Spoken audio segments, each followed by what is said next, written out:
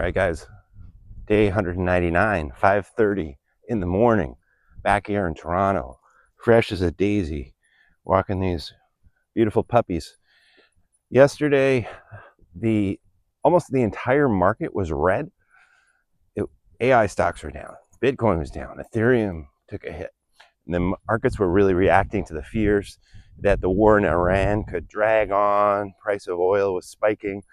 But something strange happened by the end of the day. Three stocks that were our favorites in the rising dynasty ecosystem were strongly green yesterday. Opendoor, Carvana, Better. That really shouldn't happen because the 30-year bond yield has been rising again because of the war. And most housing stocks, home builders, were deeply red yesterday. But these three companies aren't really housing stocks. They're efficiency stocks. Carvana didn't win and get back to 400 because people suddenly loved cars more. It won, came back from the dead because they became an emblem of hyper efficiency in the car market, made things dramatically easier. Yesterday, we may have seen the beginning of the same thing in housing. Better announced a partnership with OpenAI yesterday where you can request a mortgage inside a chat in ChatGPT, get a decision in 47 seconds. 47 seconds. Think about that.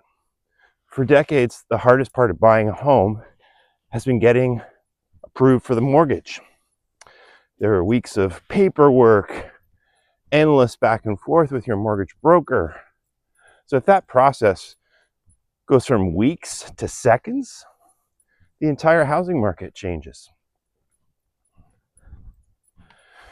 That's not a rate story happening. That's an efficiency story. So here's the practical rule for the rising dynasty folks.